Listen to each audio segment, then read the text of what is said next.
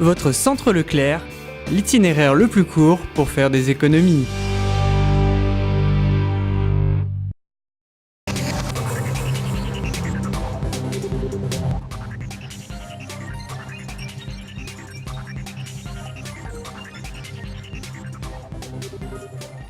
Bienvenue sur TV Souston. Je suis heureuse de vous retrouver pour votre journal local de ce mercredi 11 juin. Avant de débuter notre édition du jour, voici une information sur le recours des élections municipales.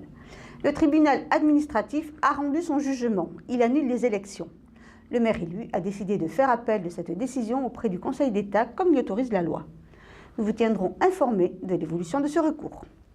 Place à l'actualité maintenant. Relier Roscoff et les Landes par la voie verte et son échasse, tel est le défi que s'est lancé l'échassier du cœur, Frédéric Lacher. Et ce, pour la bonne cause, trouver des fonds à l'attention de l'association Les Amis de Marius. L'association a donc organisé un apéritif pour fêter son départ. Regardez. Alors le parcours, c'est le parcours de la Vélodyssée qui part de Roscoff dans le Finistère et qui va arriver jusqu'à Souston dans les arènes.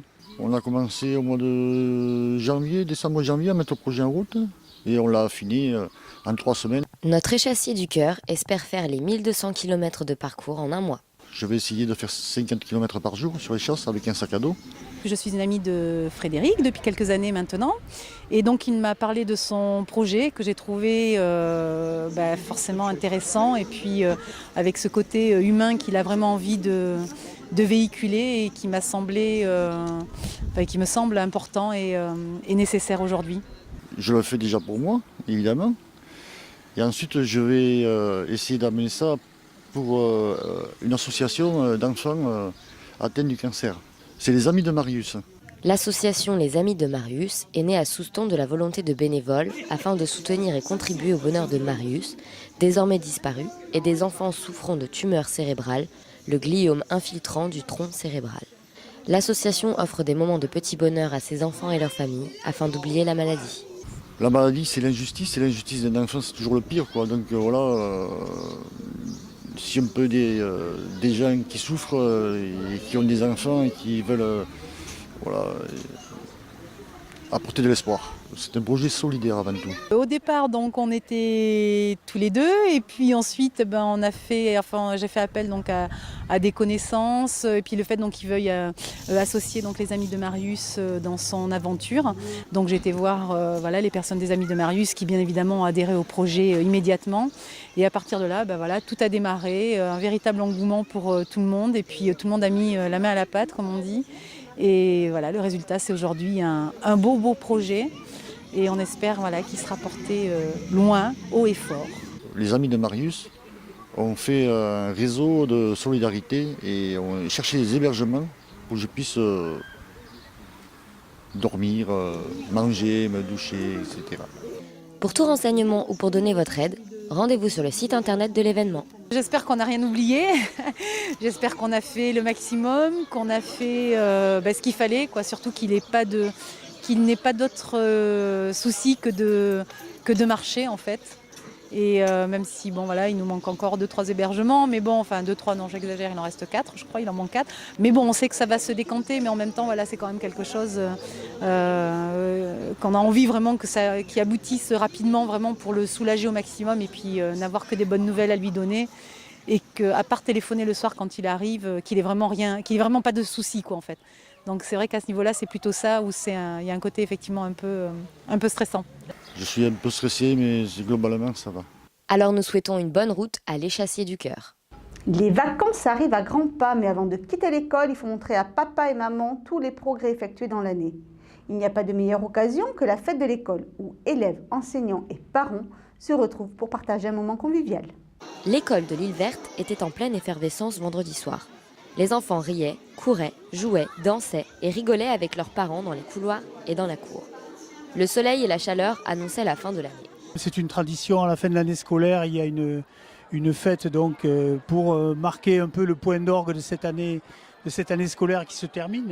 Elle est organisée par les enseignants et aussi par les parents d'élèves. Les parents d'élèves s'occupent de toute la partie festive, que ce soit les repas, l'animation musicale ou les buvettes, tandis que les enseignants prennent en charge toutes les parties pédagogiques.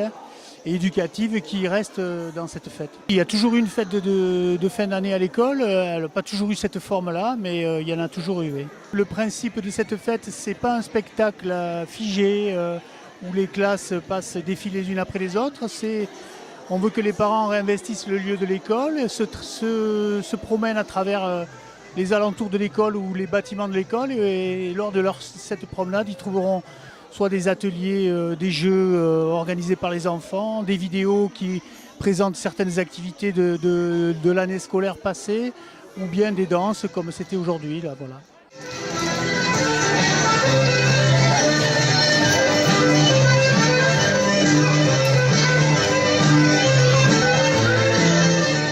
Les enfants sont ravis de participer à cette fête. Ils prennent beaucoup de plaisir à montrer ce qu'ils ont fait à leurs parents. Les enseignants y prennent et du plaisir et de la peine. De la peine dans le sens que c'est du travail, mais après c'est beaucoup de plaisir également. Ouais. C'est maintenant parti pour 2 mois de vacances. Amusez-vous bien!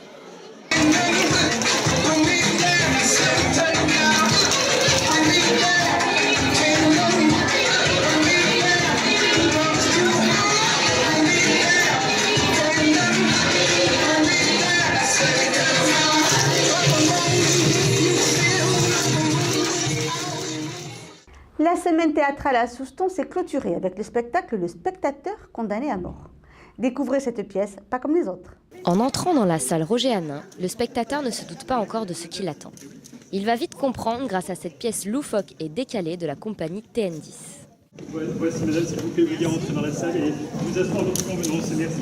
Ça se passe dans une salle de spectacle ou dans un tribunal, on ne sait pas trop.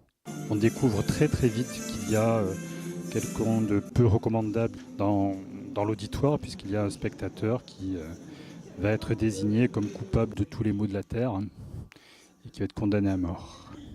Mesdames, Messieurs, il y a un criminel parmi nous.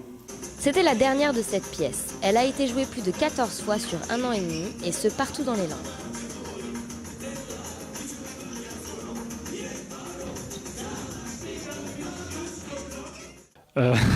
C'est un peu déconcertant parce que il y a des gens qui sont dans la salle. On accueille le public à la porte. Je pense que c'est un peu flippant en fait. Regardez cet homme devant vous. Je le regarde. Approchez-vous de lui. Monsieur le procureur, je suis un peu cardiaque. Approchez-vous encore et racontez-nous ce qui s'est passé. Ah non, monsieur le procureur, non, vraiment, je ne crois pas que je pourrais le dire. Mais tout finit bien. Et puis même le spectateur qui est sollicité, on le martyrise pas trop, il monte pas sur scène, on est gentil. Et vous, ça marche? Le moyennement, ça parapluie suisse. Et donnez-le lui pour qu'il le démolisse. Arrêtez.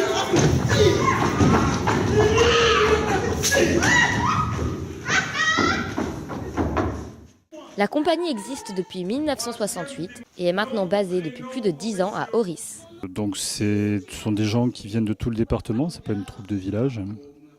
On est basé à Auris parce qu'Auris a bien voulu nous accueillir pour les répétitions et également nous a confié un local. Une bouche incontestable. Un œil. L'œil gauche. Encore un œil. Le droit. Et encore un œil. Pardon. Et encore des dizaines de dieux. On est amateurs tous. Mais autrement, donc les gens viennent de partout dans les Landes. Donc il y a un noyau qui se connaît depuis 10, 15, 20 ans parfois, puis d'autres qui arrivent et qui sont plus récents dans la compagnie. Voilà, tous passionnés. Et on se réunit donc toutes les semaines à Auris pour répéter. Et une fois par mois pour jouer quand un spectacle est prêt. Et vous pensez que vous avez apporté quelque chose de nouveau grâce à elle? Je ne sais pas si j'ai apporté quelque chose de nouveau, mais j'ai fait ce que j'ai pu. Vous avez compris le message de la pièce? Beaucoup de rire, un très bon jeu d'acteur, une pièce surprenante. Voici la recette du spectateur condamné à mort.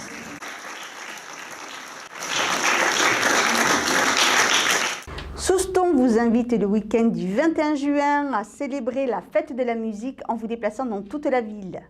Les festivités musicales débuteront samedi matin à partir de 11h au parc de La Pandelle avec des jeunes guitaristes du conservatoire pour s'achever lundi à la maternelle par un concert des tout-petits à l'attention de leurs parents. Voilà, cette édition est maintenant terminée. Je vous remercie de nous avoir suivis. Je vous donne rendez-vous mercredi 25 juin pour une nouvelle édition de TV Souston, votre web télévision locale, et vous souhaite en attendant de passer une excellente semaine.